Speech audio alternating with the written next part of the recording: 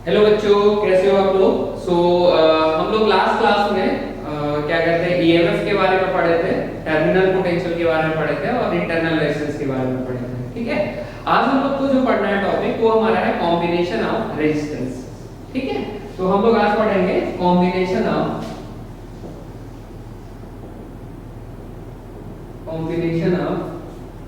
Resistance.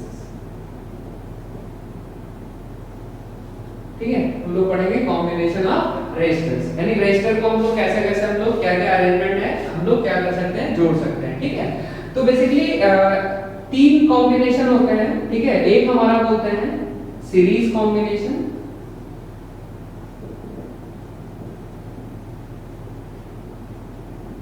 एक हमारा होता है parallel combination,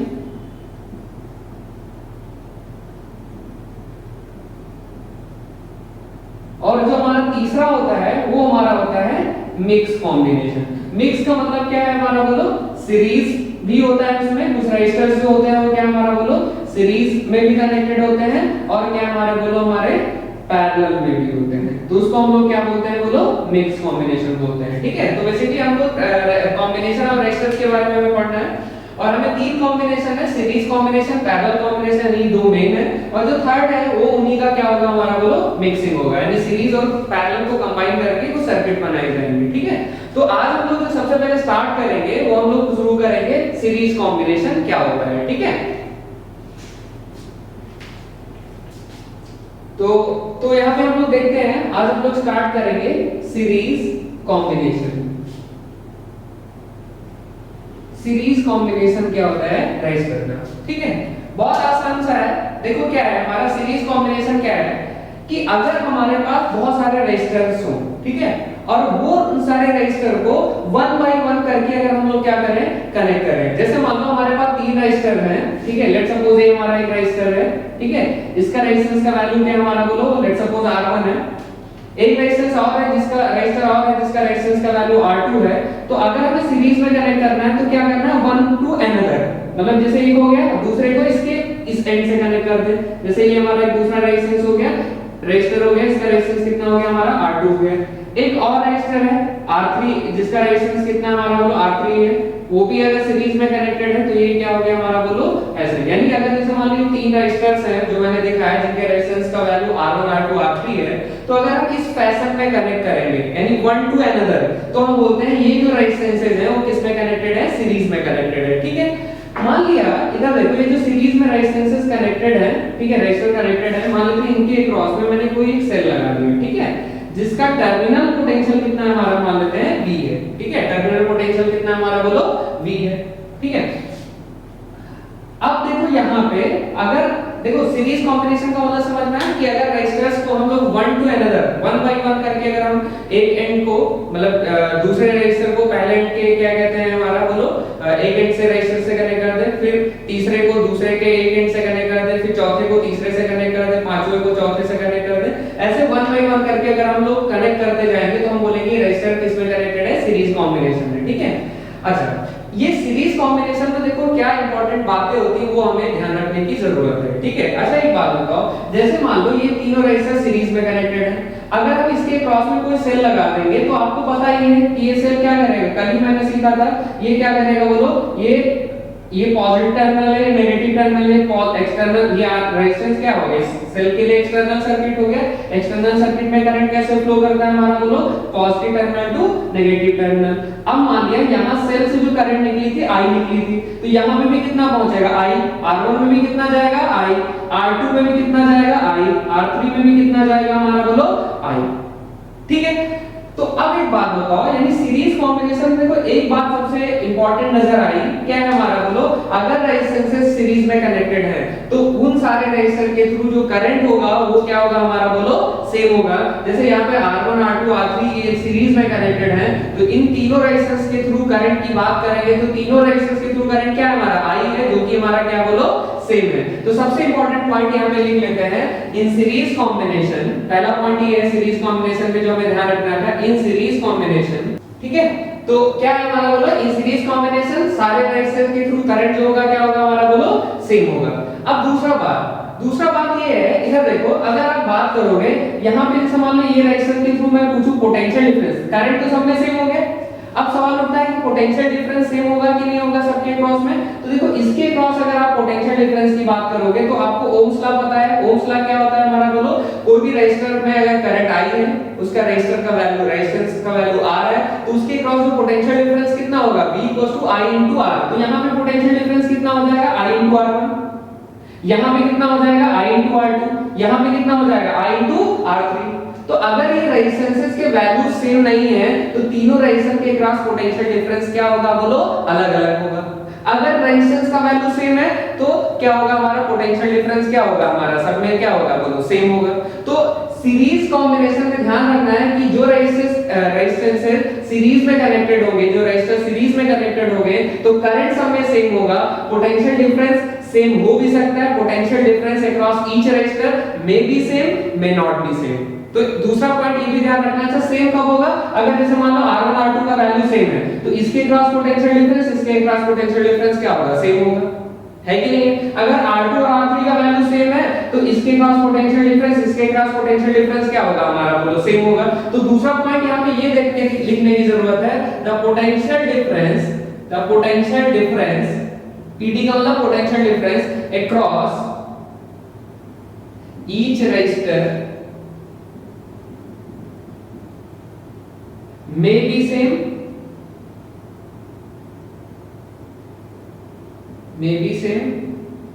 and may not be same,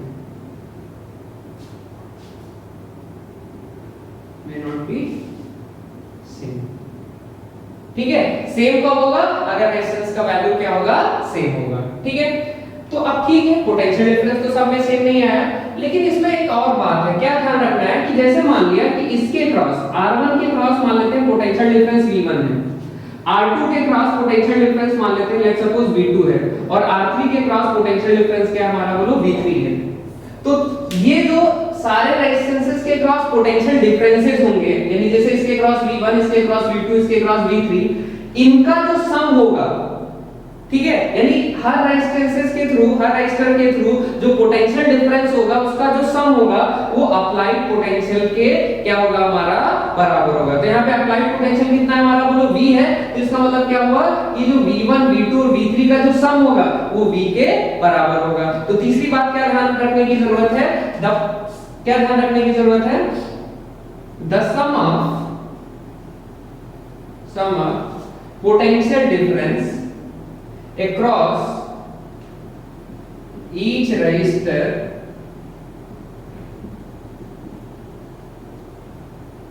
will be equals to applied potential difference, ठीक है। तो यानी इसका मतलब देखो क्या है, अप्लाइड पोटेंशियल डिफरेंस कितना V है, यहाँ पे कितना V1 है, यहाँ पे कितना V2 है, यहाँ पे कितना हमारा, बोलो, V3 है। तो यहाँ से हम ये बोल सकते हैं कि जो V होगा वो V1 plus V2 plus V3 के क्या होगा, हमारा, बराबर होगा। यानी सीरीज कॉम्बिनेशन में ये बातें हमें ध्यान रखनी है। सबसे पहला चीज सीरीज कॉम्बिनेशन क्या है हमारा, बोलो, कि अगर रेजिस्टर्स को हम लोग one two another, one by one करके एक से दूसरे को कनेक्ट करते चले जाएं तो हम क्या बोलते हैं, ये सीरीज कॉम्बिनेशन है रेजिस्टर का। सीरीज कॉम्बिनेशन में क्या ध्यान रखने की जरूरत है, सीरीज कॉम्बिनेशन में जो रेजिस्टर सीरीज में कनेक्टेड होते हैं उन सबके क्रॉस में करंट क्या होता है, सेम होता है। Potential difference may be same, may not be same, but वो जो रेजिस्टर कनेक्टेड है सीरीज में उनके क्रॉस जो पोटेंशियल का जो डिफरेंसेस का जो सम होगा वो अप्लाइड पोटेंशियल के बराबर होगा। ये यहाँ पे ध्यान रखने की जरूरत है। अब देखो नेक्स्ट जो इसमें होता है, जब हम लोग सीरीज कॉम्बिनेशन पढ़ते हैं तो यहाँ पे एक चीज आता है इक्विवेलेंट रेजिस्टेंस। मतलब ये जो सीरीज कॉम्बिनेशन में ये तीनों रेजिस्टेंस कनेक्टेड है, इनका इक्विवेलेंट रेजिस्टेंस क्या होगा, ठीक है। तो नेक्स्ट हेडिंग डालो इक्विवेलेंट रेजिस्टेंस। तो चलो यहाँ पे देखते हैं हम लोग इक्विवेलेंट रेजिस्टेंस क्या होता है, ठीक है। तो देखो इक्विवेलेंट रेजिस्टेंस का मतलब देखो क्या होता है, इधर देखो, जैसे मान लो ये तीन रेजिस्टर हैं हमारे R1 R2 R3, ठीक है, सीरीज में जो कि कनेक्टेड है, इनका हमें इक्विवेलेंट रेजिस्टेंस चाहिए, ठीक है। तो सबसे पहले ये समझते हैं कि इक्विवेलेंट रेजिस्टेंस जो है इसका मतलब क्या होता है, ठीक है। तो देखो इक्विवेलेंट रेजिस्टेंस का मतलब देखो क्या होता है कि जैसे हमारे पास यहाँ पे तीन रेजिस्टेंसेस कनेक्टेड हैं, और इन तीनों रेजिस्टेंस के क्रॉस में हमने जो सेल लगा के रखा है वो कितना हमारा उस टर्मिनल पोटेंशियल कितना हमारा V है। तो अगर हम इन तीनों रेजिस्टेंस के क्रॉस पोटेंशियल डिफरेंस V लगाते हैं तो इसमें करंट कितना जा रहा है हमारा, बोलो I जा रहा है। ठीक है, हमें क्या बताना है, इक्विवेलेंट रेजिस्टेंस बताना है। तो हम क्या करते हैं, इक्विवेलेंट रेजिस्टेंस का मतलब देखो क्या होता है, आपको बताता हूं। देखो एक काम करते हैं कि हम ये चाह रहे हैं कि ये तीन रेजिस्टेंस कनेक्टेड है, इनको हटा दें और इनकी जगह पे हम एक रेजिस्टेंस ले आए। ठीक है, यानी इन तीन को हटा के अगर यहाँ पे हम एक रेजिस्टेंस रख दें, केवल एक रेजिस्टेंस। ठीक है, और ये जो अकेला रेजिस्टेंस है इसके क्रॉस वही पोटेंशियल डिफरेंस लगाएं जो इन तीनों के क्रॉस लगाए थे। तो तीनों के क्रॉस पोटेंशियल डिफरेंस कितने का लगाए थे, V का लगाए थे। तो यहाँ पे भी कितना पोटेंशियल डिफरेंस लगाए, बोलो हम लोग वही V लगाए। ठीक है, तो यहाँ पे पूछा इक्विवेलेंट का मतलब देखो क्या होता है। तो देखो इन तीन को हटा के अगर हम सिंगल रेजिस्टेंस रखते हैं और उस सिंगल रेजिस्टेंस के क्रॉस वही पोटेंशियल डिफरेंस लगाते हैं जो हमारा इन तीनों के क्रॉस लगा के रखे थे। तो यहाँ पे क्या है कि ये जो सिंगल रेजिस्टेंस लगा रहे हैं इसका क्या वैल्यू हो जिससे कि जो पहले तीन रेजिस्टेंस की वजह से ये जो सेल में करंट थी अब क्या हो, बोलो ये सिंगल रेजिस्टेंस की वजह से भी वही सेम करंट हो। तो वो जो वैल्यू चाहिए, वो जो वैल्यू ये सिंगल रेजिस्टेंस का जिसके लिए वही इस बैटरी में करंट फ्लो करे जब ये तीनों रेजिस्टेंस कनेक्टेड थे। तो जब ये तीनों रेजिस्टेंस कनेक्टेड थे तो बैटरी में करंट कितना था, I था। तो अभी भी हम चाह रहे हैं कि इस बैटरी में करंट कितना फ्लो करे, I करे, लेकिन रेजिस्टेंस अकेला हो। तो इस अकेले रेजिस्टेंस का जो वैल्यू होता है वही सेम करंट फ्लो कराने के लिए उसको हम बोलते हैं इक्विवेलेंट रेजिस्टेंस बोलते हैं। बात समझ में आई, समझ में आया? इसका मतलब समझो कि अगर इन तीनों की जगह पे एक रेजिस्टेंस रख देंगे और उसका वैल्यू अगर हम इक्विवेलेंट रेजिस्टेंस ले लेंगे तो इस बैटरी के थ्रू वही करंट फ्लो करेगा जो तीनों की वजह से तीनों जब थे जो था वो अब क्या होगा, बोलो अकेला रेजिस्टेंस होने से भी क्या होगा, वही होगा अगर उस अकेले रेजिस्टेंस का वैल्यू किसके बराबर होगा, R इक्विवेलेंट के बराबर होगा। बात समझ में आया? ठीक है, तो एक बार फिर से समझ लेते हैं। R इक्विवेलेंट का मतलब क्या होता है कि बहुत सारे रेजिस्टेंसेस कनेक्टेड हो, उनको हटा के एक रेजिस्टेंस रखें और उस रेजिस्टेंस के क्रॉस वही पोटेंशियल डिफरेंस अप्लाई करें जो हम पहले बहुत सारे रेजिस्टेंसेस के क्रॉस अप्लाई करके रखे थे। तो वो जो सिंगल रेजिस्टेंस का वैल्यू होता है जिसके लिए वही करंट फ्लो करेगी बैटरी में जो बहुत सारे रेजिस्टेंस कनेक्ट होने से था। ठीक है, तो वो जो सिंगल रेजिस्टेंस का जो वैल्यू होता है उसको हम लोग बोलते हैं इक्विवेलेंट रेजिस्टेंस। ठीक है, सीधी सी बात है, इन सबको हटा के एक रेजिस्टेंस रखें और वही बैटरी कनेक्ट करें जो पहले कनेक्ट करके रखे थे। तो अगर इसमें हमको करंट I चाहिए तो ये जो अकेला रेजिस्टेंस इसका वैल्यू क्या होना चाहिए, R इक्विवेलेंट के बराबर होना चाहिए। ठीक है, चलो अब हमें पूछा ये R इक्विवेलेंट का वैल्यू बता दो क्या होगा। तो एक बात बताओ कि अगर यहाँ पे मैं पूछूं, इधर देखो, यहाँ पे अगर मैं पूछूं कि इसके क्रॉस देखो इस बैटरी में करंट कितना मैंने मान के रखा है, बोलो I फ्लो करके रखा है। ठीक है, अच्छा इसमें देखो इसके क्रॉस R1 के क्रॉस अगर मैं पोटेंशियल डिफरेंस निकालूंगा, ध्यान से देखो, तो R1 के क्रॉस पोटेंशियल डिफरेंस कितना मान के रखा हूं, V1 मान के रखा हूं। तो V1 का वैल्यू कितना हो जाएगा, बोलो I इनटू क्या हो जाएगा, R1 हो जाएगा। अगर V2 का वैल्यू मतलब R2 के क्रॉस पोटेंशियल डिफरेंस निकाल के रखूं यानी V2, तो V2 का वैल्यू कितना हो जाएगा, बोलो I इनटू R2 हो जाएगा। अगर V3 इसके R3 के क्रॉस पोटेंशियल डिफरेंस मैं पूछूं तो वो क्या होगा हमारा V3 और V3 का वैल्यू क्या हो जाएगा, I इनटू R3 हो जाएगा। ठीक है, अच्छा अगर मैं पूछूं इस R इक्विवेलेंट के क्रॉस में पोटेंशियल डिफरेंस कितना होगा, तो R इक्विवेलेंट के क्रॉस में पोटेंशियल डिफरेंस कितना होगा, वही V होगा। यानी V का वैल्यू किसके बराबर होगा हमारा, बोलो I इनटू क्या हो जाएगा हमारा, V का वैल्यू किसके बराबर हो जाएगा, I इनटू क्या हो जाएगा हमारा, बोलो R इक्विवेलेंट के बराबर हो जाएगा। बात समझ में आ रही, समझ में? यानी अगर मैं इस R इक्विवेलेंट के क्रॉस पोटेंशियल डिफरेंस पूछूं तो यही V के बराबर होगा। यानी V इसके क्रॉस पोटेंशियल डिफरेंस V के बराबर होगा। अच्छा इसमें करंट कितना जा रहा है, वही I जा रहा है, तो V का वैल्यू किसके बराबर होगा, I इनटू R इक्विवेलेंट के बराबर होगा। अब एक बात बताओ, मैंने अभी सीखा था कि ठीक है सीरीज कॉम्बिनेशन में ये पोटेंशियल डिफरेंस यानी V1 इनटू V3 सेम हो भी सकते हैं, अलग भी हो सकते हैं, उसकी कोई गारंटी नहीं है। सेम कब होगा, जब R1 R2 R3 बराबर होंगे, वो तो यहाँ पे तो कुछ गिवन नहीं है।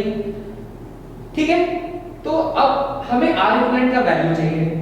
तो अब एक बात बताओ, ठीक है V1 V2 V3 के वैल्यू सेम नहीं हो भी सकते, नहीं भी हो सकते हैं, लेकिन एक चीज हमें पता है कि जो v1 v2 v3 का जो सम होगा वो किसके बराबर होगा, v के बराबर, क्योंकि अभी मैंने बताया सीरीज कॉम्बिनेशन में हर रेजिस्टेंस के पास जो पोटेंशियल डिफरेंस होता है उसका जो सम होता है वो अप्लाइड पोटेंशियल के क्या होता है, बराबर होता है। यानी अगर मैं यहाँ पे बात करूं तो v will be equals to क्या हो जाएगा हमारा, बोलो v1 प्लस v2 प्लस क्या हो जाएगा हमारा, बोलो v3 के बराबर हो जाएगा। अच्छा v का वैल्यू किसके बराबर है हमारा, बोलो i इनटू क्या हमारा, बोलो r इक्विवेलेंट, ठीक है। v1 का वैल्यू किसके बराबर है, बोलो i इनटू r1, v2 का वैल्यू किसके बराबर है, i इनटू r2, v3 का वैल्यू किसके बराबर है, बोलो i इनटू r3। दोनों साइड से i कॉमन है, कैंसिल हो जाएगा, i कॉमन होके कैंसिल हो जाएगा, तो बताओ क्या हो जाएगा, r equivalent will be equals to क्या हो गया, r1 प्लस r2 प्लस क्या हो गया हमारा, बोलो r3। यानी सीरीज कॉम्बिनेशन अगर कोई रेजिस्टेंसेस है सीरीज कॉम्बिनेशन में कनेक्टेड है तो उनका जो इक्विवेलेंट रेजिस्टेंस होगा वो सिंपली उन सारे रेजिस्टेंसेस का क्या होगा हमारा, बोलो सम के बराबर होगा। अच्छा अगर यहाँ पे दो रेजिस्टेंस होते तो R1 प्लस R2 होता, अगर चार होते तो R1 plus R2 plus R3 plus R4 होता, अगर पांच होता तो R1 plus R2 plus R3 plus R4 plus R5 होता एंड सो ऑन, ठीक है। आप देख सकते हो यहाँ पे, तो this is the formula for R equivalent इन क्या हमारा, बोलो सीरीज कॉम्बिनेशन। अब देखो यहाँ पे क्या है, नेक्स्ट एक चीज समझते हैं यहाँ पे कि ठीक है यहाँ तो पता चल गया कि अगर हम लोग क्या करते हैं, यानी इन तीनों रेजिस्टेंस के जगह पे हटा के अगर एक रेजिस्टेंस रखते हैं तो उसका क्या वैल्यू होना चाहिए, जिससे कि सेम करंट फ्लो करे सेम बैटरी कनेक्ट करने से, तो उसका वैल्यू किसके बराबर होना चाहिए, R इक्विवेलेंट, और R इक्विवेलेंट का value R1 plus R2 plus R3 के बराबर होगा। अब यहाँ पे मैं दूसरा चीज यहाँ पे पूछता हूँ, करंट थ्रू द बैटरी, जैसे मान लो ये R1 R2 R3 ये कनेक्टेड है सीरीज में, इसके क्रॉस में पोटेंशियल डिफरेंस लगा के रखा भी, तो इसमें जो करंट आई होगा उसका वैल्यू क्या होगा, ठीक है। वो मैं अगर बात करूं तो देखो यहाँ पे ध्यान से देखो, तो यहाँ से आपको मैंने यहाँ से ध्यान से देखो, आपको देखो क्या है हमारा v पता है, हमको क्या चाहिए, current through the battery. Next क्या है हमारा, बोलो करंट थ्रू बैटरी। अच्छा जो बैटरी के थ्रू सीरीज कॉम्बिनेशन में करंट होगा वही हमारा क्या होगा, रेजिस्टेंस के थ्रू भी होगा, अगर वो सारे रेजिस्टेंस से सीरीज में कनेक्टेड है। तो बैटरी के थ्रू करंट कितना है, I है, I का वैल्यू पता लगाना है। तो अभी यहाँ से देखो आपने क्या देखा, V I into R equivalent है, क्या हमारा, बोलो यहाँ से अगर मैं बात करूं तो क्या हमारा V क्या हमारा I into R इक्विवेलेंट, यानी I क्या हो जाएगा, V by क्या हो जाएगा हमारा, बोलो R इक्विवेलेंट हो जाएगा, और R इक्विवेलेंट का वैल्यू किसके बराबर है, R1 plus R2 plus R3, यानी I will be equals to हो जाएगा V divided by R1 plus R2 plus क्या हो जाएगा हमारा, बोलो R3। ये हमारा हो गया करंट हो गया इसमें सीरीज कॉम्बिनेशन में अगर हमसे कोई पूछता है, ठीक है। अब दूसरा चीज इसमें पूछा जाता है कि अगर कोई रेजिस्टेंसेस हैं मतलब सीरीज कॉम्बिनेशन में कनेक्टेड है तो उनका इक्विवेलेंट रेजिस्टेंस क्या है, करंट क्या है हर रेजिस्टर में, और एक चीज और पूछा जाता है कि उनके क्रॉस में पोटेंशियल डिफरेंस कितना है, ठीक है। हर रेजिस्टर के थ्रू क्या हमारा, बोलो पोटेंशियल डिफरेंस, ठीक है। तो नेक्स्ट देखो हमारा पोटेंशियल डिफरेंस अक्रॉस रेजिस्टर, यानी V1 का अगर मैं वैल्यू निकालूं तो V1 किसके बराबर है, बोलो हमारा I इनटू किसके बराबर है हमारा, बोलो R1 के बराबर है, ठीक है। अच्छा अगर मैं I की बात करूं, देखो अगर I की बात करूं तो I का वैल्यू किसके बराबर है, देखो अगर कहीं पे जैसे मान लो इस रेजिस्टर में तीनों रेजिस्टेंसेस कनेक्टेड है, इसमें अगर हमें करंट दे दिया गया, इसमें करंट I फ्लो करके जा रहा है, तो हर रेजिस्टर के पास पोटेंशियल डिफरेंस बताओ, तो ये वाला फार्मूला लगा देंगे। लेकिन अगर हमें ये नहीं गिवन है कि इसमें कितना करंट फ्लो करके जा रहा है R1 R2 R3 में, हमें ये दिया है कि इनके क्रॉस ये V वोल्ट का पोटेंशियल डिफरेंस लगाया गया है, तो बता दो R1 के क्रॉस कितना जाएगा, यानी V1 क्या होगा, V2 क्या होगा, V3 क्या होगा, यानी I नहीं पता है हमें V पता है, तो हम क्या करेंगे, I का वैल्यू V के टर्म में रखेंगे। तो I का वैल्यू अभी मैंने निकाला है क्या हमारा, V डिवाइड बाय क्या हमारा R1 plus R2 plus R3, तो यहाँ पे क्या हो जाएगा हमारा, बोलो अच्छा R1 plus R2 plus R3 क्या हमारा R इक्विवेलेंट है, तो क्या हो जाएगा हमारा, बोलो V डिवाइड, यानी यहाँ पे क्या हो जाएगा, बोलो R1 डिवाइड बाय क्या हो जाएगा R इक्विवेलेंट इनटू क्या हो जाएगा हमारा V हो जाएगा, ये फार्मूला हो गया।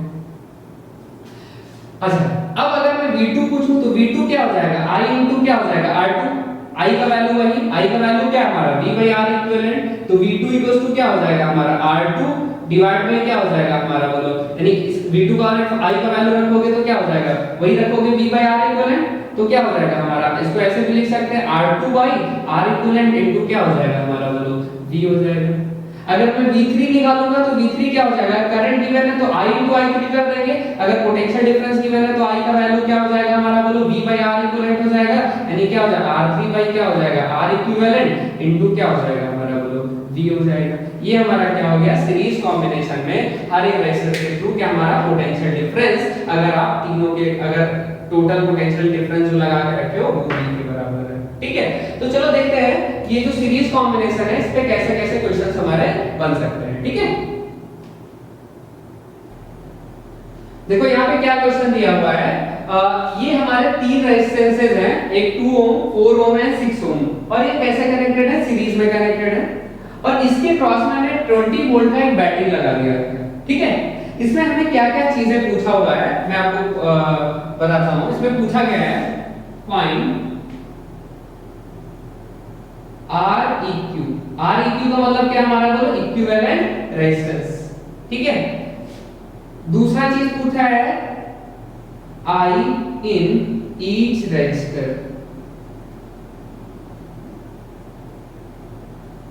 करंट इन ईच रेजिस्टर, दूसरा चीज पूछा गया है। और तीसरा चीज हमें पूछा है पोटेंशियल डिफरेंस अक्रॉस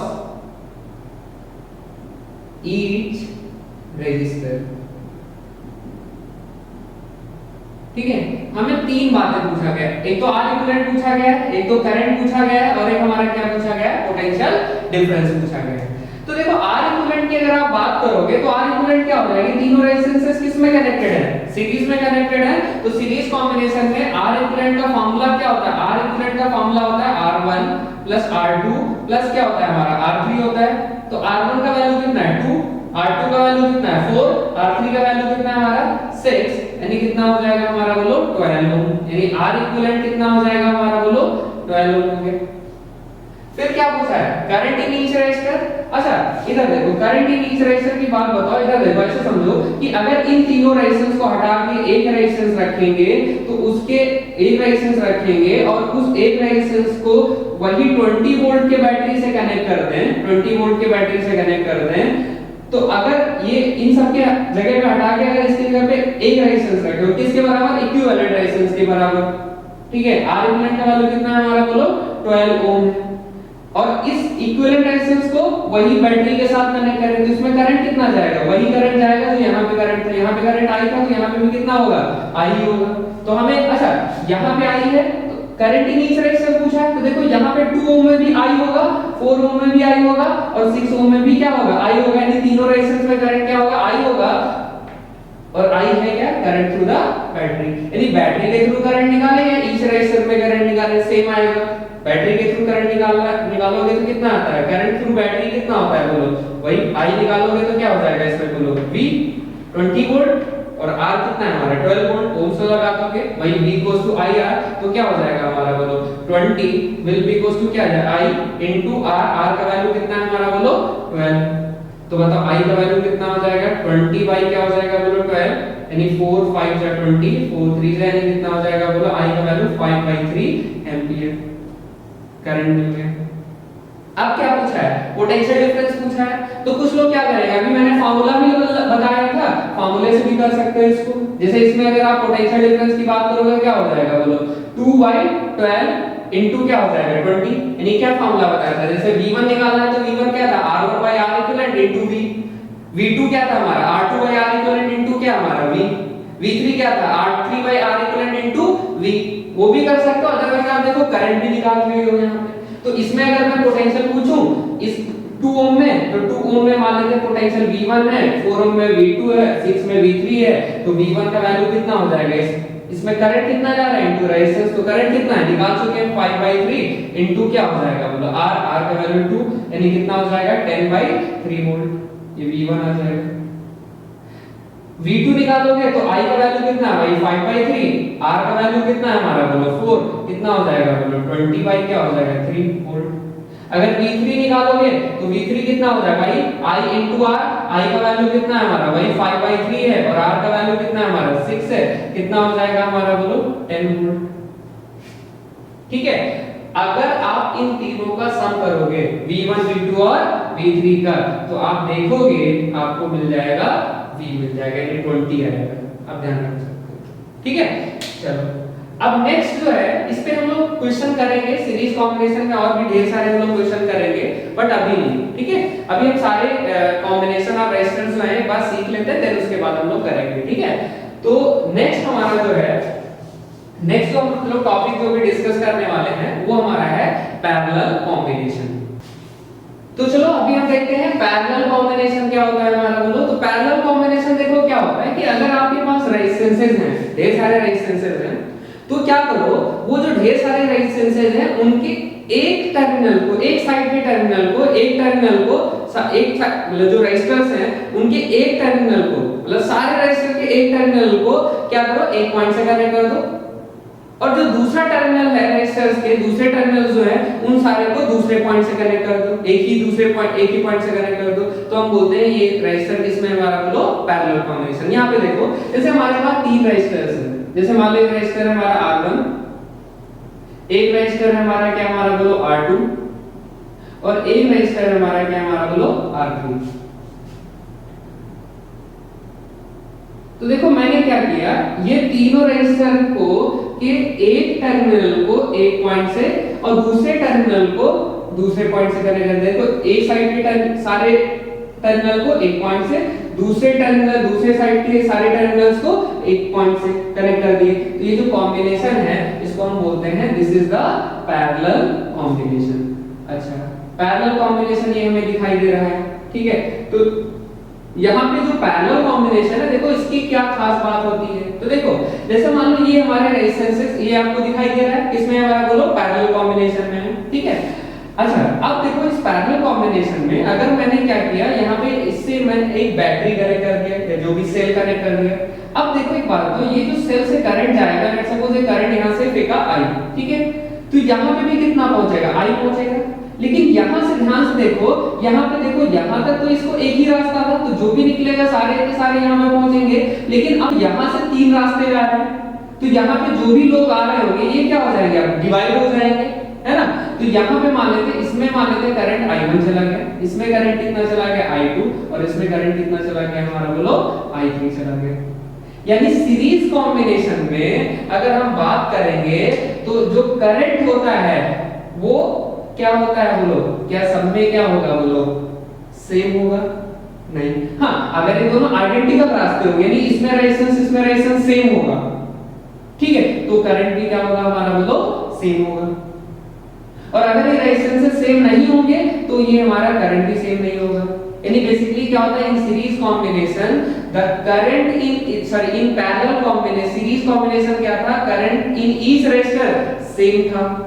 लेकिन पैरेलल कॉम्बिनेशन में अगर हम बात करेंगे तो करंट इन ईच रेजिस्टर क्या सेम है, सेम हो भी सकता है और नहीं भी हो सकता है। अगर रेजिस्टेंसेस का वैल्यू सेम हुआ तो करंट क्या होगा, सेम होगा, अदरवाइज नहीं होगा। वो भी मैं दिखा भी दूंगा कि सेम होने से क्यों सेम होगा, ठीक है। तो अभी यहाँ पे सबसे इंपॉर्टेंट पॉइंट जो ये है इसमें पैरेलल कॉम्बिनेशन का, वो यहाँ पे है कि द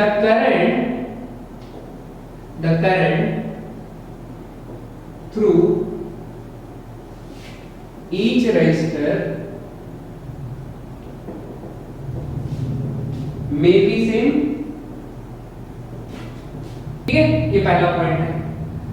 अब देखो दूसरा बात क्या है, यहाँ पे दूसरा बात ये है कि ठीक है करंट सब में सेम हो भी सकता है, नहीं भी हो सकता है, लेकिन एक बात होगा, जैसे मान लो यहाँ से 10 लोग आए तो कुछ इधर चले गए, कुछ इधर चले गए, कुछ इधर चले गए, लेकिन इनका जो सम होगा वो किसके बराबर होगा, जितने लोग आए थे उसी के बराबर होगा। जैसे मान लो यहाँ से एक रास्ता था, 10 लोग आए थे, कुछ इधर चले गए, कुछ इधर चले गए, कुछ इधर चले गए, तो ये जितने इधर गए, जितने इधर गए, जितने इधर, इनका सम जो था वो किसके बराबर होगा, जितने लोग आए थे। यानी ये जो सारी करंट्स होगी I1 I2 I3 का जो सम होगा वो किसके बराबर होगा हमारा, बोलो, I के बराबर होगा। यानी करंट थ्रू ईच रेजिस्टर जो होगा उनका जो सम होगा वो किसके बराबर होगा, बोलो, हमारा करंट थ्रू द क्या हमारा, बोलो, बैटरी। अगर रेजिस्टेंसेस पैरेलल में कनेक्टेड हैं तो पैरेलल में अगर कनेक्ट होते हैं तो क्या होता है, जो हर एक रेजिस्टेंस में करंट होता है वो किसके सम के बराबर होता है, हमारा वही करंट जो सेल के थ्रू करंट होता है। क्या बात समझ, अगर वो पैरेलल में कनेक्टेड है। तो ध्यान से देखो, इन पैरेलल कॉम्बिनेशन, इधर देखो क्या मैंने बोला, इन पैरेलल कॉम्बिनेशन, ये कब की बात मैं बोल रहा हूं, जब प्योरली किसमें हमारे बोलो पैरेलल कॉम्बिनेशन में है। तो in parallel combination the sum of current through each resistor will be equal to क्या होगा हमारा बोलो करंट थ्रू द बैटरी। बात समझ में आनी समझ में, बैटरी के थ्रू जो हमारा करंट होगा उसका जो वैल्यू होगा वो हर एक रेजिस्टर में जो करंट है उसके सम के बराबर होगा। ठीक है, लॉजिकल भी लग रहा है। अब देखो तीसरा पॉइंट क्या है यहाँ पे, तीसरा पॉइंट ये है, इधर देखो, जैसे अगर मैं बात करूं कि ये देखो ये जो R1 रेजिस्टेंस है, ये जो R1 रेजिस्टर है ये किसके बीच में कनेक्टेड है, ये भी देखो क्या हमारा ये भी बैटरी के थ्रू पॉजिटिव और नेगेटिव टर्मिनल वाला बैटरी। ये R2 भी क्या है भाई सेम बैटरी के पॉजिटिव और नेगेटिव टर्मिनल से कनेक्टेड है, यानी R3 के भी देखो टर्मिनल क्या है हमारा बोलो बैटरी के टर्मिनल से कनेक्टेड है। तो अगर आप यहाँ पे बात करोगे R1 के क्रॉस पोटेंशियल डिफरेंस क्या होगा, तो वही होगा जो इस बैटरी के क्रॉस होगा, मान लेते हैं V है तो R1 के क्रॉस भी क्या होगा V, R2 के क्रॉस भी क्या होगा V, R3 के क्रॉस भी क्या होगा हमारा V होगा। तो पैरेलल कॉम्बिनेशन में क्या होता है, देखो सीरीज कॉम्बिनेशन में क्या था, सब में करंट सेम था, पोटेंशियल क्या था सब में डिवाइड हो जा रहा था, पोटेंशियल क्या हो जा रहा था डिवाइड हो जा रहा था। लेकिन यहाँ पे क्या हो रहा है, करंट डिवाइड हो जा रहा है बट पोटेंशियल सब में क्या है हमारा बोलो सेम है। तो पैरेलल कॉम्बिनेशन में तीसरी बात क्या ध्यान रखने की जरूरत है कि the potential difference across each resistor will be same. ठीक है, तो ये हमारी बात है पैरेलल कॉम्बिनेशन की। पैरेलल कॉम्बिनेशन में तीन बातें क्या क्या ध्यान रखनी है, करंट सब में सेम हो भी सकता है नहीं भी हो सकता है। सेम कब होगा, जब हमारा क्या होगा हमारा बोलो सबके रेजिस्टेंस का वैल्यू क्या होगा सेम होगा। हर एक रेजिस्टर में जो करंट होगा उसका जो सम होगा वो किसके बराबर होगा, जो बैटरी के थ्रू करंट आ रही होगी उसके बराबर होगा। ये कब की बात है, जब प्योरली पैरेलल में कनेक्टेड होंगे। ठीक है, और तीसरी बात क्या है हमारा बोलो current through each resistor will be क्या potential difference across each resistor क्या होगा हमारा बोलो सेम होगा। और किसके बराबर होगा, वही होगा हमारा बोलो जो हमारा क्या होगा हमारा बोलो बैटरी का होगा। ठीक है, चलो अब नेक्स्ट हमारा क्या है, ये जो सीरीज या पैरेलल सीरीज कॉम्बिनेशन सीखे थे उसके बाद हम लोग क्या सीखे थे बोलो सीरीज कॉम्बिनेशन का इक्विवेलेंट रेजिस्टेंस। तो यहाँ पे हम लोग पैरेलल कॉम्बिनेशन सीख लिए। अब क्या सीखना है, ये पैरेलल कॉम्बिनेशन जो है इसका इक्विवेलेंट रेजिस्टेंस क्या होता है। ठीक है, चलो देखते हैं यहाँ पे इक्विवेलेंट रेजिस्टेंस का मतलब देखो क्या है, वही सेम मतलब।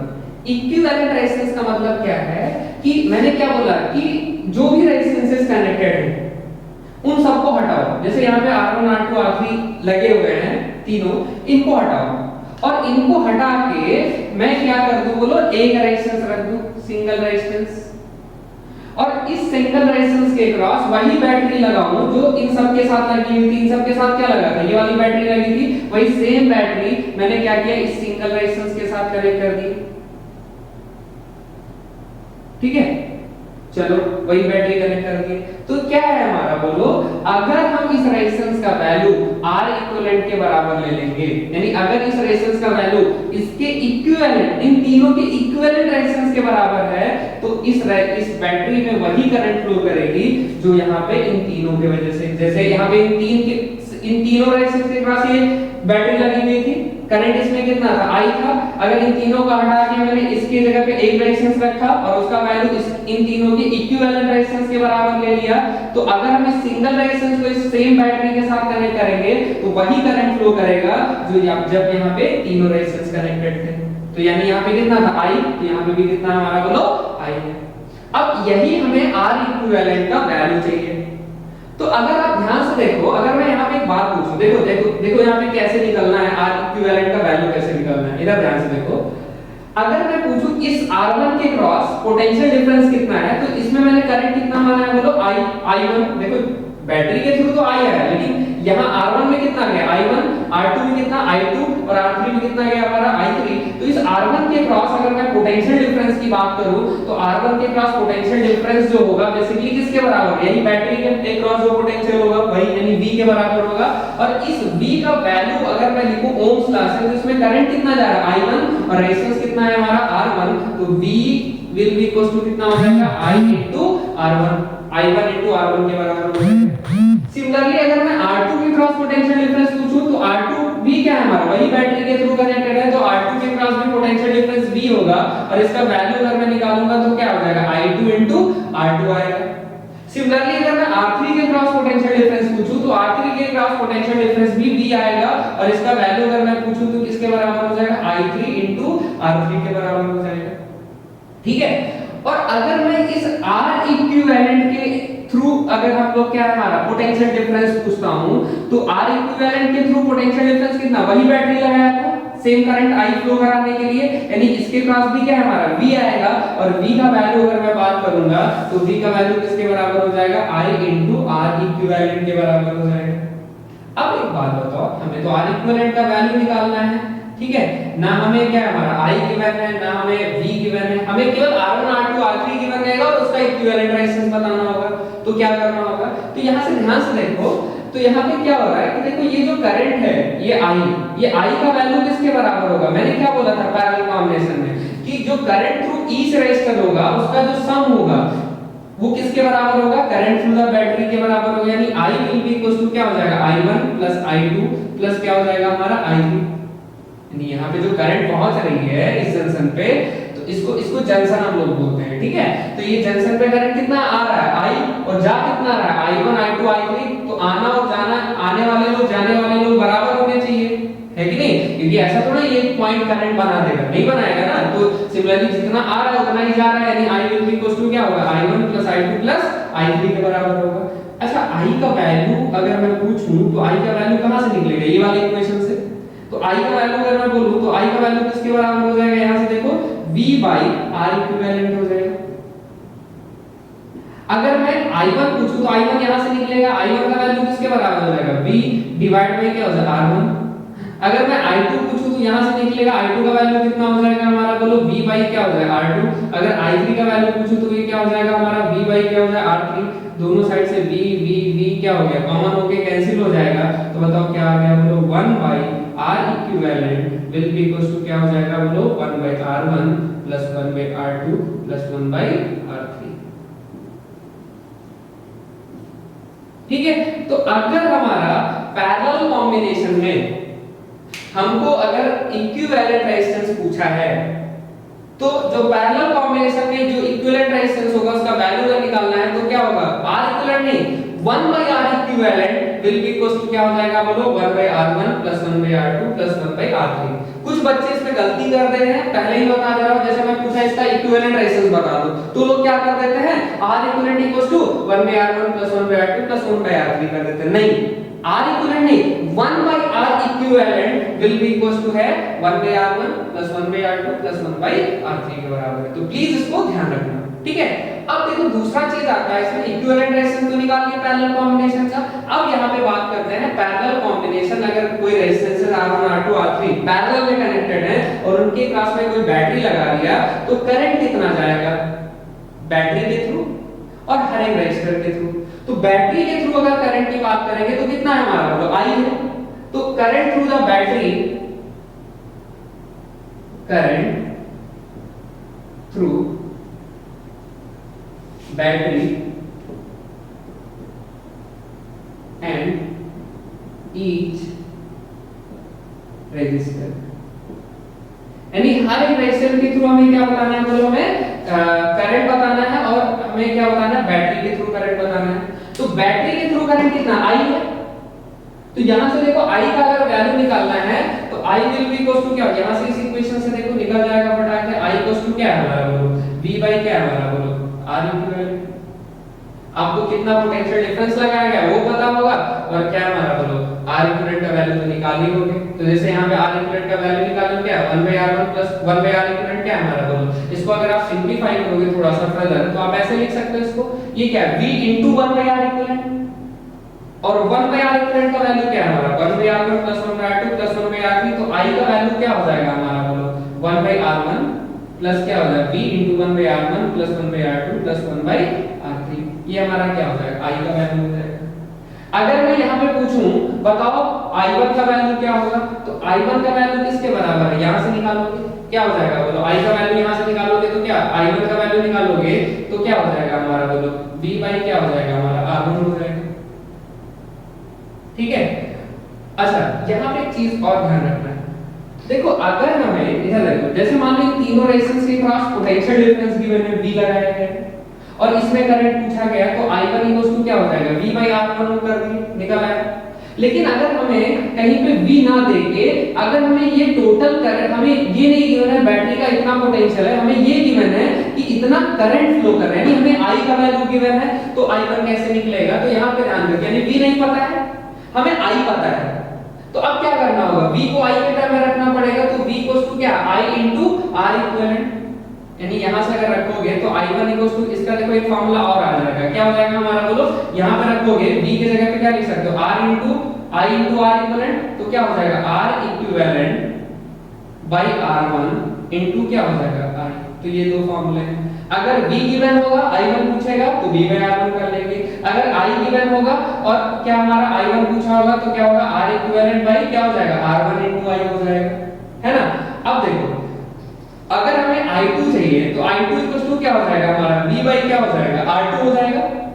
यहां से देखो V गिवन है तो I2 V बाय R2 हो गया, लेकिन अगर V ना देके अगर I गिवन है तो V का वैल्यू क्या रखोगे? I के टर्म में रखोगे, तो V का वैल्यू I के टर्म में क्या है? I इंटू R इक्विवेलेंट, तो क्या हो जाएगा basically? R equivalent divide by क्या? R2 इंटू क्या हो जाएगा हमारा? I हो जाएगा, ठीक है। अच्छा, I3 अगर पूछेगा तो I3 का वैल्यू निकालोगे तो क्या हो जाएगा हमारा? V बाय क्या हो जाएगा? यहां से देखो क्या हो जाएगा? R3 हो जाएगा। अगर V गिवन है तो ये वाला फॉर्मूला लगाएंगे, अगर नहीं गिवन है तो क्या करोगे बोलो? तो वहां पे क्या लगाना पड़ेगा? अगर I गिवन है और I1 I2 I3 पूछा जा रहा है तो V का वैल्यू I के टर्म में वही चीज क्या हो जाएगा? I इंटू R इक्विवेलेंट रखोगे तो क्या हो जाएगा? R इक्विवेलेंट डिवाइड बाय क्या हो जाएगा? R3 इंटू क्या हो गया? I हो गया। अब देखो ये फार्मूला लिखने का एक रीजन है, देखो आपको यहाँ से एक बहुत इंपॉर्टेंट बात पता चलेगी। देखो इन तीनों में अगर आप बात करोगे, I1 I2 I3 की अगर आप बात करोगे तो तीनों में देखो न्यूमरेटर क्या है हमारा? सेम है, R equivalent to I, R equivalent to I, R equivalent to I। सब में क्या है? डिनोमिनेटर क्या है? अलग अलग है। तो जैसे मान लो अगर मैं पूछूं I1 I2 I3 में किसका वैल्यू, यानी किस, अगर मैं पूछूं जैसे तीन रेजिस्टेंसेस कनेक्टेड है, अगर मैं पूछूं इन तीनों रेजिस्टेंसेस से मान लो यहां पे कोई करंट नहीं आई, अगर मैं पूछूं इन तीनों में से सबसे ज्यादा करंट किस में जाएगी, तो देखो तीनों में अगर करंट निकालोगे तो ये I1 I2 I3 के फार्मूले हैं, तो देखो तीनों फार्मूले में न्यूमरेटर क्या है हमारा? सेम है, बस डिनोमिनेटर क्या है? अलग अलग है। हम क्या पूछ रहे हैं? किसमें करंट ज्यादा जाएगी, तो जिसका डिनोमिनेटर क्या होगा बोलो हमारा? कम होगा, उसमें क्या होगा? यानी जिसमें R1 R2, जैसे मान लो तीनों में न्यूमरेटर सेम है, अगर मैं पूछ रहा हूं I1 I2 I3 में कौन सा वैल्यू ज्यादा होगा, तो अगर R1 सबसे कम होगा, यानी R1 R2 R3 में अगर R1 सबसे कम है तो I1 क्या होगा? सबसे ज्यादा होगा, और अगर R1 सबसे ज्यादा है तो क्या होगा हमारा बोलो? I1 जो होगा वो क्या होगा? सबसे कम होगा। बात समझ में आएगी? नहीं समझ में आए? यानी इन तीनों में अगर आप पूछोगे, इधर देखो अगर किसी भी रेजिस्टेंस में R1 R2 R3 में अगर करंट की बात करेंगे तो देखो करंट की बात करोगे तो जो करंट है वो इनवर्सली प्रोपोर्शनल टू क्या है हमारा बोलो? रेजिस्टेंस है, अरे है कि नहीं? देखो तीनों में न्यूमरेटर क्या है हमारा? सेम है, तो I1 में क्या है? 1 by R1, I1 में क्या है? Something divide by R1, R2 में क्या है? दैट समथिंग डिवाइड बाय क्या हमारा? वही same something divide by R2, I3 में क्या है? वही सेम समथिंग डिवाइड बाय क्या हमारा? R3। तो बेसिकली I जो है वो इनवर्सली प्रोपोर्शनल टू क्या है हमारा? R है, यानी पैरेलल कॉम्बिनेशन में क्या होगा? जिसका रेजिस्टेंस जितना ज्यादा होगा करंट उतना कम होगा, और जिसका रेजिस्टेंस जितना कम होगा करंट उसमें उतना ज्यादा होगा। तो एक बात को ध्यान रखना आप लोग, ठीक है। चलो जैसे मान लो अगर यहाँ पे इसका रेजिस्टेंस 2, इसका 4, इसका 6 ले लो, तो अगर मैं पूछूं सबसे ज्यादा करंट किस में जाएगी? इसमें। सबसे कम किस में जाएगी? इसमें जाएगी, ठीक है। चलो अब देखो नेक्स्ट हमारा यहाँ पे जो है, इस पे जो पैरेलल कॉम्बिनेशन अभी तक हम लोगों ने सीखा, इस पे हम चलो एक क्वेश्चन कर लेते हैं, देन आगे हम लोग सीखते हैं, ठीक है। चलो यहाँ पे देखो क्या पूछा गया है, यहाँ पे इस क्वेश्चन में क्या पूछा गया है कि देखो इस क्वेश्चन क्या है, तीन रेजिस्टेंसेस है 2 ओम 4 ओम एंड 5 ओम, 19 वोल्ट की बैटरी से कनेक्टेड है। ये तीनों रेजिस्टेंस किस में है? पैरेलल में है। क्या पूछा गया है? इस कॉम्बिनेशन का इक्विवेलेंट रेजिस्टेंस, और फिर पूछा है current through each resistor and battery, ठीक है। चलो इधर देख लिया। चलो सबसे पहले अगर इसका इक्विवेलेंट रेजिस्टेंस निकालेंगे तो ये देखो पैरेलल कॉम्बिनेशन में है, तो पैरेलल कॉम्बिनेशन में इक्विवेलेंट रेजिस्टेंस जो होता है हमारा बोलो, इक्विवेलेंट रेजिस्टेंस क्या होता है हमारा बोलो, तो इक्विवेलेंट रेजिस्टेंस का फार्मूला क्या होता है? 1 by R equivalent will be equals to होता है 1 by R1 plus 1 by R2 plus क्या होता है हमारा 1 by क्या होता है R3 होता है। तो यहाँ पे क्या हो जाएगा? 1 by R equivalent will be equals to हमारा क्या हो जाएगा हमारा बोलो 1 by 2 प्लस क्या हो जाएगा हमारा बोलो 1/4 प्लस क्या हो जाएगा हमारा बोलो 1/5। तो अगर आप इनका एलसीएम की बात करोगे तो यहाँ पे एलसीएम कितना आ जाएगा 2 4 एंड 5, इनका एलसीएम 20 आ जाएगा। तो देखो क्या हो जाएगा हमारा 10 प्लस क्या हो जाएगा बोलो 5 प्लस क्या हो जाएगा 4 डिवाइड बाय क्या हो जाएगा हमारा 20, यानी ये क्या हो जाएगा 1/r इक्विवेलेंट, यानी ये कितना हो जाएगा बोलो 19/20। कुछ लोग यहाँ पे गलती कर देते हैं, कुछ लोग गलती करके क्या लिखते हैं 19/20 ओम इक्विवेलेंट रेजिस्टेंस। नहीं, ये इक्विवेलेंट रेजिस्टेंस नहीं, ये क्या है हमारा 1/r इक्विवेलेंट है। तो इक्विवेलेंट रेजिस्टेंस की अगर आप बात करोगे तो कितना हो जाएगा हमारा बोलो 20 बाई क्या हो जाएगा हमारा बोलो 19 हो जाएगा। ये हमारा 20/19 ओम, ये क्या हो गया हमारा इक्विवेलेंट रेजिस्टेंस हो गया। अब क्या पूछा है हमारा बोलो current through each resistor and battery. तो चलो यहां से बैटरी के थ्रू करंट मान लेते हैं आई है, यहां भी पहुंचेगा आई, इसमें जाएगा i1, इसमें जाएगा i2, इसमें जाएगा हमारा बोलो i3। तो एक तो फार्मूला ऊपर से आया था वो भी लगा सकते हो, v गिवन है r1 r2 r3 गिवन है, निकल जाएगा आपका, ठीक है। लेकिन दूसरा तरीका और भी है बिना फार्मूले के। देखो कैसे, देखो ये 2 ओम का रेजिस्टेंस है, इसमें करंट i1 जा रहा है और इसके क्रॉस अगर मैं पोटेंशियल डिफरेंस की बात करूंगा तो इस 2 ओम के साथ पोटेंशियल डिफरेंस कितना है, यही 2 ओम किसके साथ कनेक्ट, बैटरी के टर्मिनल के साथ, यानी 19 वोल्ट है। तो यानी वही ओम से लगाओगे तो इसके क्रॉस जो v होगा इस 2 ओम के साथ v कितना है हमारा बोलो 19, इसमें करंट कितना जा रहा है हमारा i1 और रेजिस्टेंस कितना है हमारा 2, तो i1 का वैल्यू कितना हो जाएगा बोलो 19/2 एंपियर। अगर मैं i2 की बात करूंगा तो i2 देखो इसमें है तो इस 4 ओम के साथ पोटेंशियल डिफरेंस कितना है 19 वोल्ट है ना, इसमें करंट कितना जा रहा है i2, रेजिस्टेंस कितना है 4, तो बताओ क्या हो जाएगा 19 विल बी इक्वल्स टू क्या i2 इनटू क्या हो जाएगा 4, यानी i2 will be equals to हो जाएगा 19/4 एंपियर, है ना। अगर i3 की बात करेंगे तो i3 हो जाएगा हमारा i3 के मतलब इस i3 की बात करेंगे यानी 5 ओम में करंट, तो 5 ओम में करंट कितना होगा, तो इस 5 ओम के साथ पोटेंशियल डिफरेंस कितना है भाई 19 वोल्ट, यानी 19 विल बी इक्वल्स टू हो जाएगा i3 इनटू क्या हो जाएगा 5, यानी i3 will be equals to हो जाएगा 19 बाय क्या 5 एंपियर, ठीक है। और अगर मैं पूछता हूं ये तो करंट थ्रू ईच रेजिस्टर आ गया, अब हमें पूछा है टोटल करंट कितना होगा, तो भैया इसमें करंट i1, इसमें i2, इसमें i3, तो इनका सम जो होगा किसके बराबर, i के बराबर होगा, और i ही क्या है बैटरी में करंट है, यानी i will be equals to क्या हो जाएगा हमारा बोलो i1 प्लस i2 प्लस क्या हमारा बोलो i3। i1 का वैल्यू कितना है हमारा बोलो 19/2, i2 का वैल्यू कितना है 19/4 और इसका वैल्यू कितना है हमारा बोलो 19 बाय क्या हमारा बोलो 5, इसका एलसीएम कितना आ जाएगा हमारा बोलो वही 20 जाएगा। तो 19 कॉमन निकाल लो, ये क्या हो जाएगा हमारा बोलो 19 कॉमन निकाल लो, यहाँ पे क्या हो जाएगा बोलो 10, यहाँ पे क्या आ जाएगा यहाँ पे आएगा 5 और यहाँ पे क्या आएगा 4 डिवाइड बाय क्या हो जाएगा हमारा 20, यानी कितना हो जाएगा 19 into 19 डिवाइड बाय 20 ये हमारा ampere. This is the answer, simplify कर लेना, ठीक है। तो ये हमारा हो गया। अब देखो पैरेलल कॉम्बिनेशन में भी हम लोग ढेर सारे क्वेश्चन करेंगे, लेकिन अभी नहीं, एक और चीज सीखने के बाद में, ठीक है। नेक्स्ट हमारा क्या है, तो हमने देखो सीरीज कॉम्बिनेशन सीख लिया, पैरेलल कॉम्बिनेशन सीख लिया। अब नेक्स्ट जो हमारा है वो क्या है हमारा सीरीज और पैरेलल का मिक्स कॉम्बिनेशन। मिक्स मतलब सीरीज और पैरेलल का मिक्स। जैसे मान लो यहाँ पे देखो इसका कोई फार्मूला नहीं होता है, इसको डील कैसे करते हैं मैं आपको बताता हूँ, ठीक है। इधर देखो, जैसे मान लो कि हमारे पास कुछ ऐसा एक सर्किट गिवन है,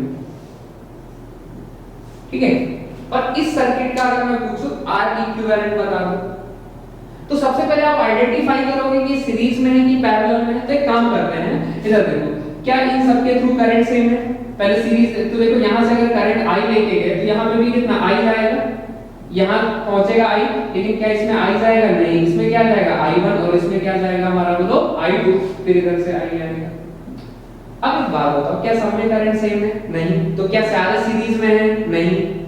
अब बात करोगे पोटेंशियल डिफरेंस क्या सब में सेम है, यानी इसके क्रॉस अगर सीरीज में क्या होता है, क्या चीज की गारंटी थी, सब में करंट सेम होगा, और पैरेलल की क्या गारंटी थी, सब में पोटेंशियल सेम होगा। तो क्या इसके क्रॉस में पोटेंशियल क्या और इसके क्रॉस जो पोटेंशियल होगा, इसके क्रॉस पोटेंशियल क्या तीनों के क्रॉस सेम होगा, नहीं।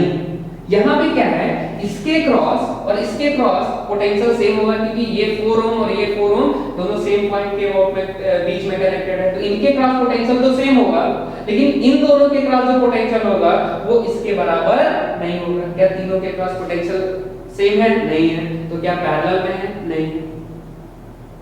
तो अब क्या करूं, ना ये तीनों सीरीज में है ना ये तीनों पैरेलल में है, तो मिक्स कॉम्बिनेशन में हम लोग क्या करते हैं, उसको पार्ट वाइज सोचते हैं। जैसे मान लो इसका अगर मैं पूछूं इक्विवेलेंट रेजिस्टेंस क्या होगा, तो देखो हमें क्या दिखाई दे रहा है, अभी ना तीनों सीरीज में है ना तीनों पैरेलल में, बट मेरे को एक चीज दिखाई दे रहा है। क्या दिखाई दे रहा है कि ये जो दोनों 4 ओम के हैं, ये दोनों किसमें है, हमारे को पैरेलल में है। तो ये दोनों देखो तीनों तो हमें नहीं दिखाई दिया, लेकिन इसमें जो मिक्स कॉम्बिनेशन होता है तो हम उसको वन बाय पार्ट वाइज हम लोग सिंपलीफाई करते हैं। अभी तीनों के जगह डायरेक्टली तीनों के जगह पे तीनों का इक्विवेलेंट क्या होगा हमें अभी फार्मूला नहीं आता, लेकिन इन दोनों के जगह पर अगर एक रेजिस्टेंस रखना हो तो ये दोनों पैरेलल में कनेक्टेड है, इसका हमें फार्मूला आता है। तो मान लेते हैं इन दोनों का जो इक्विवेलेंट रेजिस्टेंस है वो मान लेते हैं हमारा R1 है। तो देखो अगर हम सिंपलीफाई करके अगर हम सर्किट बनाएंगे, देखो इसका इक्विवेलेंट रेजिस्टेंस कैसे निकालेंगे, तो 1 बाय 1 के इसका अगर सिंपलीफाई करेंगे तो सिंपलीफाई करने के बाद देखो ये सर्किट हमें कैसे दिखेगी, हमें दिखेगी ये हमारा क्या हो गया बोलो, ये हमारा 2 ओम हो गया, फिर इसके साथ में ये हमारा क्या हो गया बोलो R1 हो गया, यानी वो 4 और 4 का इक्विवेलेंट रेजिस्टेंस, और ये हमारा क्या हो गया बोलो बैटरी हो गया।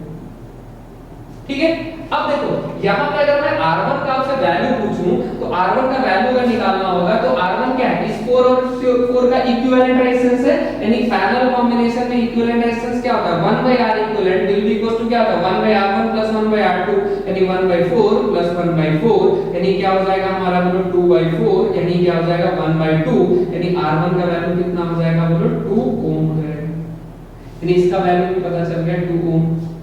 अब ध्यान से देखो अभी तो हमें ये तीनों ना सीरीज ना तीनों पैरेलल दिखाई दे रहा था, लेकिन जैसे मैंने इसको सिंपलीफाई किया तुरंत अब दिखाई देना शुरू किया कि ये जो R1 और ये जो हमारा 2 ओम है ये किसमें है, हमारे को सीरीज में है। तो क्या इनको इनके जगह पे एक रेजिस्टेंस रख, क्या इन दोनों को हटाओगे तो दो, अब क्या एक ही रेजिस्टेंस बचेगा, यानी क्या यही R इक्विवेलेंट रेजिस्टेंस होगा, यानी अब सिंपलीफाई करोगे सर्किट तो ये क्या हो जाएगा R इक्विवेलेंट और ये हमारा क्या हो गया V। तो R इक्विवेलेंट निकालोगे तो R इक्विवेलेंट क्या है, इसका और इसका इक्विवेलेंट रेजिस्टेंस, और ये दोनों किसमें कनेक्टेड है, सीरीज में कनेक्टेड है, तो R equivalent will be equal to क्या हो जाएगा हमारा बोलो R1 plus R2, यानी 2 प्लस क्या हो जाएगा 2, यानी क्या हो जाएगा 4। ठीक है, तो ऐसे हम क्या कहते हैं मिक्स कॉम्बिनेशन को सॉल्व करेंगे। इस पे हम लोग अभी ये आपको जस्ट मिक्स कॉम्बिनेशन का इक्वेशन दिखाया, ढेर सारे क्वेश्चंस करेंगे इसमें हम लोग। ठीक है, नेक्स्ट लेक्चर में अभी आप सीरीज पैरेलल क्या होगा उसको अच्छे तरीके से एक बार कर लो। ठीक है, देन हम लोग डिस्कस करेंगे मिक्स कॉम्बिनेशन को डिटेल में। ठीक है, ओके, थैंक यू।